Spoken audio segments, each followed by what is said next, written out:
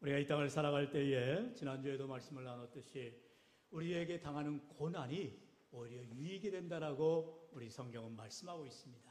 오늘도 성경을 보면 고난이 많다라고 말하고 있습니다.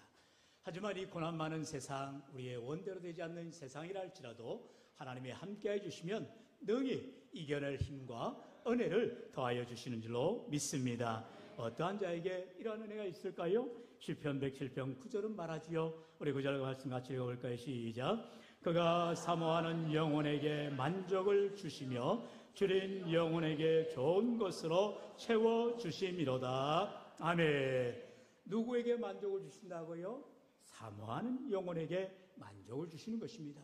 오늘도 우리 찬양대의 고백처럼 내가 주께 왔사오니 내게 폭주옵소서라고 사모할 때에 그 영혼에게 만족함을 주시는 참으로 좋으신 하나님인 줄로 믿습니다. 오늘 우리가 주님이 베푸실 놀라운 은혜를 기대하고 하나님께서 내 삶 가운데에 하나님이 함께해 주시는 믿음을 가지고 나아갈 때 우리 하나님, 비록 우리 이 땅 가운데에 문제가 있고 고난이 있고 어려움이 있다 할지라도 모든 문제를 해결해 주실 뿐만 아니라 내 영혼의 갈급함을 채워주시는 은혜가 충만하시기를 축원합니다. 다윗은 이 시간 믿음으로 고백할 때에 먼저 항상 주를 찬양한다라고 고백하는 것을 봅니다.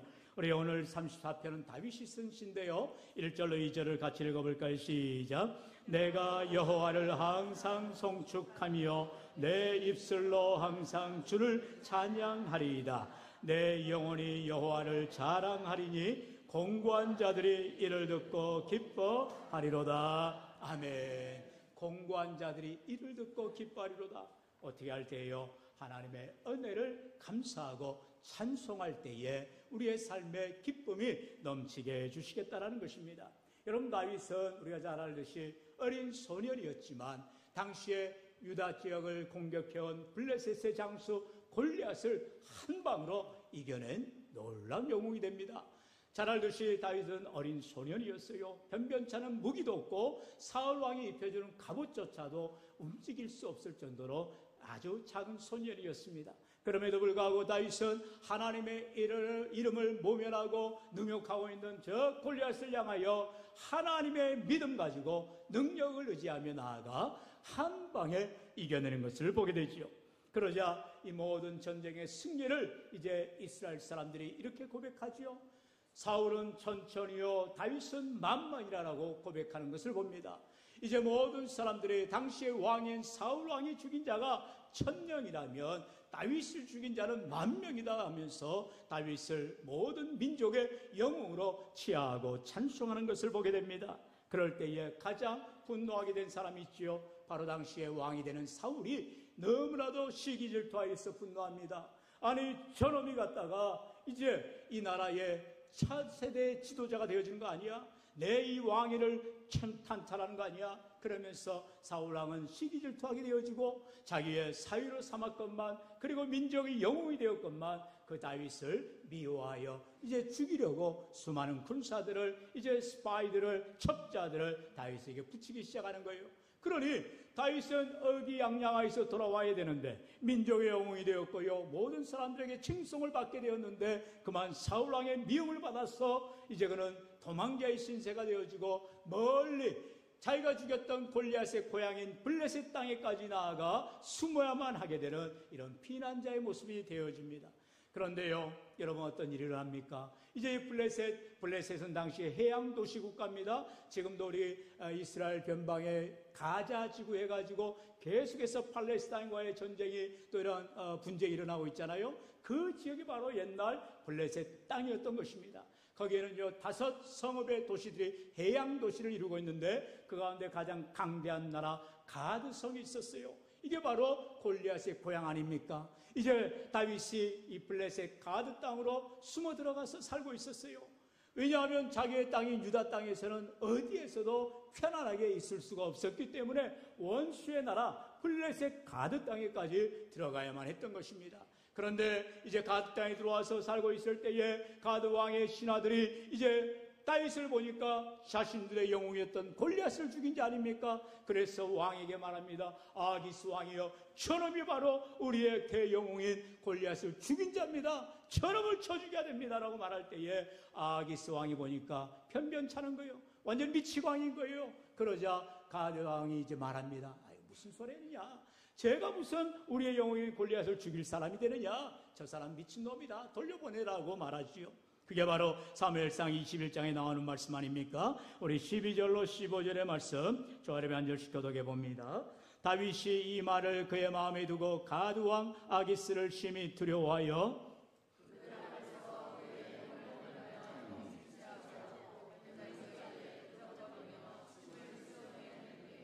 아기스가 그의 신하에게 이르되 너희도 보거니와 이 사람이 미치광이로다. 어찌하여 그를 내게로 데려왔느냐?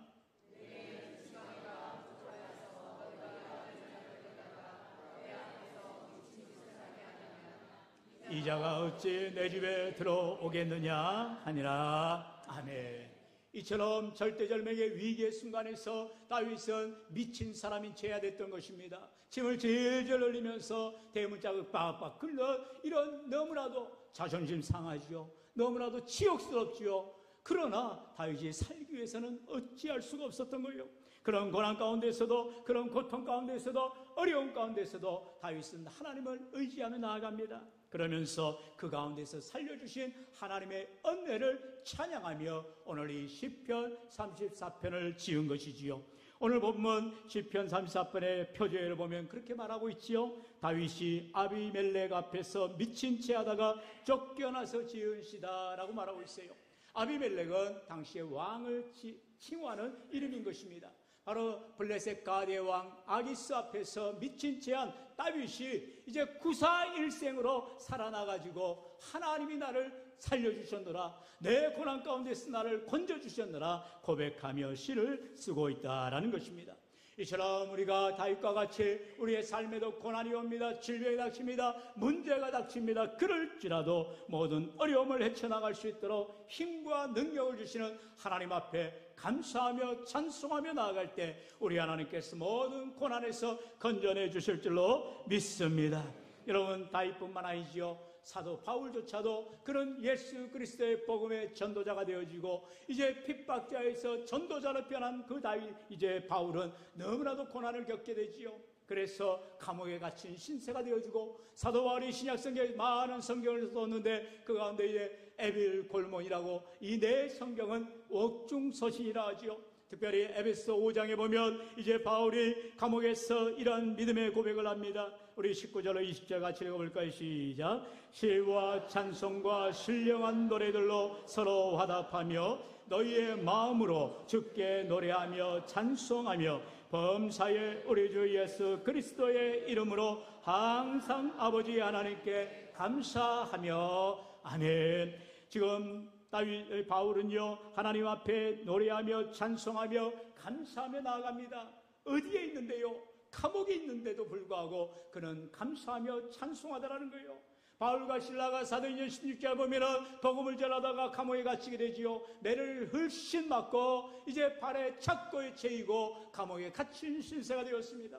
어찌 보면 복음을 전하다가 이러한 처량한 신세가 되었으니 하나님을 원망할 만하지 않아요. 그럼에도 불구하고 바울과 실라는 밤중에 하나님께 찬송하였더라 했어요. 그 찬송 소리를 죄수들이 듣더라는 것입니다. 죄수만 들어요? 우리의 모든 고난의 현장에서 어두운 가운데에서 신음하며 낙심하며 절망하는 것이 아니라 하나님 앞에 감사하며 찬송할 때에 하나님이 우리의 찬송을 들으시고 우리의 감사의 고백을 들으실 줄로 믿습니다. 오늘도 우리의 삶에 내 모든 고난, 내 모든 어려움을 누구보다도 잘 아시는 하나님께서 우리의 믿음의 모습을 보기를 원하시더라는 거예요. 다윗처럼 비록 수모를 당하고 자존심이 구겨지고 모든 지역과 어려움을 당할지라도 하나님 앞에 원망하지 아니하고 믿음의 찬양과 감사를 할 때에, 또한 바울처럼 감옥에 갇혔을지라도 하나님 앞에 감사하며 찬송할 때에, 바울과 실라처럼 감옥에서 매질을 맞고 착고에 매이고 앞을 내다볼 수 없는 내일 일에 소망이 없는 인생이라 할지라도 찬양할 때에 하나님이 그 찬양을 들으시고 놀라운 기적을 베풀어 주시는 것입니다. 그러므로 오늘도 우리의 삶에 고난이 올 때 불평할 것이 아니라, 세상 사람들은요, 좋은 일이 있으면 땅열이 감사하지요. 그러나 믿음의 사람들은 어려움이 올 때에 오히려 감사하게 되어지고요, 하나님의 하실 일을 기대하게 되어지고요, 찬송하며 나아가는 믿음의 사람들인 줄로 믿습니다. 지난주에 우리가 말씀을 배웠지요. 시편의 119편 77절의 말씀처럼 고난당한 것이 내게 유익이라라고 우리는 믿음의 눈을 떠야 되는 것입니다. 고난이 뭐라고요? 연장된 고난은 축복의 전주곡이 된다는 것입니다.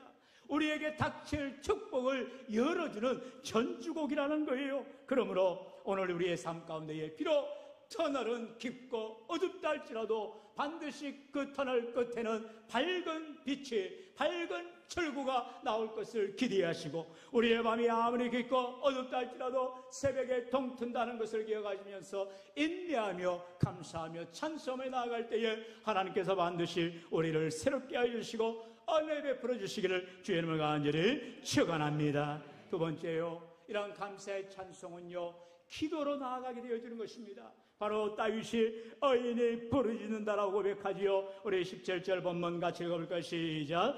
의인이 부르짖음에 여호와께서 들으시고 그들의 모든 환난에서 건지셨도다. 아멘. 여러분, 어려움을 당했는데, 고난을 당했는데 내 힘으로, 내 능력으로 헤쳐나갔다면 하나님 안 계시지요. 내 힘과 내 능력을 의지하고 나를 자랑하기 바쁘죠. 그래, 내 팔뚝 굵어, 내 힘이 대단해, 나는 정말 대단한 사람이야, 그러면서 자도치에 빠지지 않겠어요? 그러나 내 힘에 붙이고 내 능력에 붙이고 내 어려움을 어느 누구도 도와줄 수 없는 이런 고난 가운데 있을 때에 오직 하나님이 도와줄 것을 믿고 이루어질 것을 소망하며 감사하며 찬송하며 하나님 앞에 부르짖어 기도할 때에 우리 하나님은 우리의 기도를 외면하지 아니하시고 반드시 고난에서 건져내 주시는 줄로 믿습니다. 여러분, 다윗이요, 그저 1, 2년 이렇게 수모를 당하고 고난을 당하여서 이스라엘 왕이 된 게 아닙니다. 여러분, 요셉도 17세 소년의 나이에 부모를 떠나고 형제들에게, 그 형들에게 미움을 받아서 멀리 애굽으로 이제 쫓긴 바 되지 않아요. 그리고 노예로 팔려갔지요. 하루하루 너무나 고난 가운데 있었지만 요셉은 하나님 바라보고 의지하며 믿음으로 살아갈 때에 여러분 꼭 되게 돌아가셔서 창세기 39장을 읽어보세요. 놀라운 은혜를 보게 됩니다. 바로 하나님께서 요셉과 함께 하였더니 요셉이 형통하였더라. 여러분, 형통하였다는 말은 무슨 말이에요? 성공하였다는 것입니다. 여러분, 어떤 사람이 성공한다고요? 하나님과 함께하는 사람, 하나님이 붙들어주는 사람, 기도하는 사람, 하나님께 감사하는 사람, 하나님께 찬송하는 사람을 하나님께서 성공시켜 주실 줄로 믿습니다.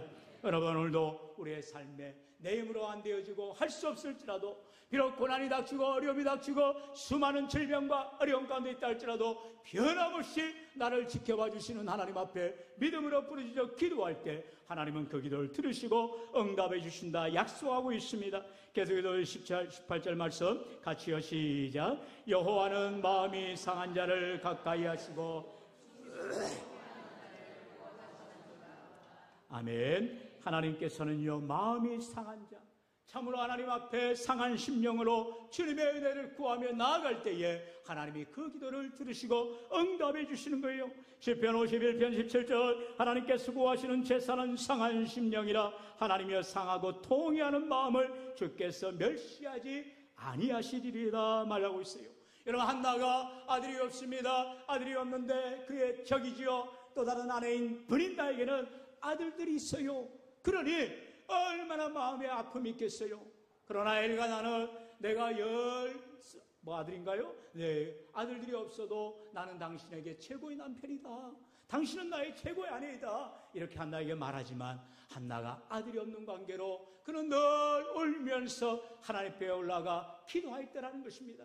여러분의 삶에 문제가 있을 때에 한나와 같이 하나님을 바라보고 미친 채 하는 것이 아니라 정말 하나님을 바라보고 울면서 기도할 때에 하나님은 우리의 기도에 응답해 주시는 줄로 믿습니다. 여러분, 신앙의 모든 사람들은 이처럼 하나님을 의지하고 기도하는 사람들이었어요. 하나님 앞에 감사하는 사람들이었어요. 하나님 앞에 찬송하는 믿음의 사람들이었다는 것입니다. 하나님이 건져내 주시기만 하면, 하나님이 응답해 주시기만 하면, 하나님이 함께해 주시기만 하면 이 모든 문제를 반드시 이루어 주실 거야 소망하는 믿음의 기도자들이었던 것입니다. 야고보 사도가 말하였죠. 믿음의 기도는 병든 자를 구원한다고 했습니다. 우리 야고보서 5장 15절로 16절 같이 읽어볼까요? 시작. 믿음의 기도는 병든 자를 구원하리니 주께서 그를 일으키시리라. 혹시 죄를 범하였을지라도 사하심을 받으리라. 그러므로 너희 죄를 서로 고백하며 역사하는 힘이 크니라. 아멘. 따라합시다. 의인의 강구는 역사하는 힘이 크니라. 할렐루야. 여러분, 의인의 강구입니다. 우리가 믿음으로 기도하는 자들에게는 하나님께서 역사해 주신다라고 분명하게 약속하고 있어요. 특별히 믿음으로 기도할 때에 우리 하나님께서 들으시고 치료해 주시고 낫게 해 주신다라고 말하고 있어요. 그런데 문제가 뭐예요? 나는 기도하지 않으면서 다른 사람의 기도를 부탁해요. 여러분, 죄송하지만 그 기도가 응답될 리가 있겠어요? 성경은 뭐라 말해요? 서로 위하여 기도하라는 거예요. 서로 위하여 충고하라는 것입니다. 내가 내 문제뿐만 아니라 남의 문제도 함께 기도할 때에, 서로가 서로를 위하여 기도할 때에 기도의 놀라운 능력이 나타나게 되는 줄로 믿습니다. 그러므로 고난 가운데에서 낙심하고 절망하는 것이 아니라 하나님의 약속의 말씀을 붙잡고 믿음으로 기도하여 반드시 응답받는 귀한 삶이 되시기를 축원합니다. 마지막으로요, 다윗은 의인에게 고난이 많지만 말하고 있어요. 의인이지만 믿음의 사람이지만 여전히 우리에게도 고난이 오고 어려움이 오고 문제를 만나고 질병을 당할 때가 있다라는 것입니다. 오늘 성경은 분명히 말하죠. 19절 다 같이요. 시작. 의인은 고난이 많으나 여호와께서 그의 모든 고난에서 건지시는도다. 아멘. 그의 모든 고난에서 건져주시는 분은 바로 우리의 좋으신 하나님이시라는 거예요. 왜 하나님께서 우리에게 고난을 주신다고요? 왜 고난이 많다고요? 그 모든 고난에서 건져내 주시기 때문이다라는 것입니다. 시편의 94편 22절 23절에 약속합니다. 여호와는 나의 요새시여 나의 하나님은 내가 피할 반석이시라. 우리 23절 같이요. 시작. 그들의 죄악을 그들에게 되돌리시며 그들의 악으로 말미암아 그들을 끊으시리니 여호와 우리 하나님이 그들을 끊으시리로다. 아멘. 성경은 언제나 말합니다.